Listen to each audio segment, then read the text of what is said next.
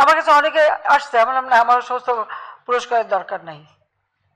আর এই পুরস্কার আমি দেখেছি এটা আন্তর্জাতিকভাবে যারা পায়, এখানে কোনো তাদের কতটুকু অবদান সেটা না, এখানে আলাদা একটা রাজনৈতিক একটা উদ্দেশ্য থাকে, কাজে ওর মধ্যে আমার কোনো আকাঙ্ক্ষা নেই। আর বলে দিল যে ওটা নিয়ে নাকি আমি ওনাকে মানে জেলাসি বা ওনাকে ওনার উপরে মামলা করছে তার লেবাররা, এবং প্রত্যেক এলাকায় লেবাররা যখন তাদের দাবি পেশ করেছে, দাবি পেশ করার সাথে সাথে তাদের প্রমোশন চেয়েছে, তাদেরকে স্যাক করে দিয়েছে, সবাই মামলা করেছে। আমি তো জানতামও না যে এটা, এবং লেবার কোর্টের মামলা শাস্তি পেয়েছে। তো লেবারদের কি কোনো অধিকার নাই? যারা এত লেবার নিয়ে কথা বলে, মানবাধিকারের কথা বলে, এত কিছু বলে, তারা কোথায় এখন? তারা চুপ কেন? তারা কি এই লেবারদের পাশে এসে দাঁড়িয়েছে? দাঁড়ায়নি। লেবারদের ন্যায্য পাওনা একজনে মেরে খাচ্ছে, চুরি করে খাচ্ছে, সেটা বলেছে কখনো? আর আমেরিকা থেকে শুরু করে ইউরোপ, ইংল্যান্ড, কেউ যদি ট্যাক্স ফাঁকি দেয়, সাথে সাথে তাকে অ্যারেস্ট করবে, তার সমস্ত সম্পত্তি বাজেয়াপ্ত করে বিক্রি করে দেবে, এটাই তাদের নিয়ম। তো সেটা দেখে না কেন যে যিনি সমানে ট্যাক্স ফাঁকি দিয়ে যাচ্ছেন, আর প্রতিবার তার উপরে মামলা দিয়ে তার কাছে আদায় করতে হচ্ছে। যারা লিখেছেন তারা এই অনুসন্ধানটা একটু করুক। এবার আরো অনেক বিষয় আছে, আমি সব বলতে চাই না, আমি এটা বলতেও চাইনি কখনো। পলিটিক্যাল পার্টি করতে গেছিল সেটাও লিখেছে। যখন সেই 2007 সাল, তখন পলিটিক্যাল রাজনৈতিক দল করতে গেল, তাহলে ব্যর্থ হলো কেন? রাজনৈতিক দল করতে পারলো না কেন?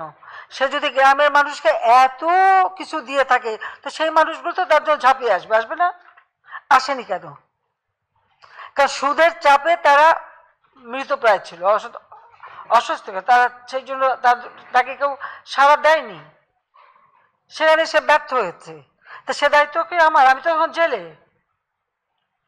আমাকে অ্যারেস্ট করার পরে তিনি তো কেয়ারটেকার সরকার এবং প্রেসিডেন্টকে A++ দিয়ে আসছে। আমার বিরুদ্ধে একটার পর একটা মামলা। আমি তো বলছি, আমি যখন বিদেশে আমার বিরুদ্ধে খুনের মামলা দেওয়া হয়েছিল, যখন আমি শুনছি আমার বিরুদ্ধে মামলা, ওয়ারেন্ট, আমি বলছি আমি এখনই দেশে ফিরে যাব, দেশে ফিরে যাব এবং আমি মামলা মোকদ্দমা, তখন আমাকে দেশে আসতে দেবে না। আমি তো জোর করে এসেছি।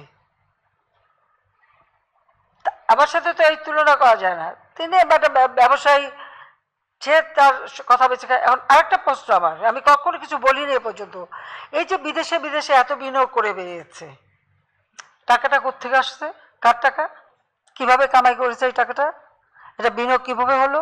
সে প্রশ্নটা কি কেউ করেছে কখনো? কাদের টাকা? সে জবাবটা দিক। একটা সরকারি চাকরি, মানে একটা সংবিধিবদ্ধ সংস্থায় চাকরি করার অবস্থায় সে বাইরে বিদেশে ব্যবসা করে, আমাদের আইন কি বলে? তারপর তাকে সবাই মিলে মানে আমরা তুলেছি, এটা ঠিক। তা এখন সবকিছু দোষ আমার, কারণ আজকে সব থেকে বেশি যাকে আমি দিলাম তার গ্রামীণ ব্যাংক যখন অচল হয়ে গেছে, সম্পূর্ণ গ্রামীণ ব্যাংক শেষ হয়ে যাচ্ছে।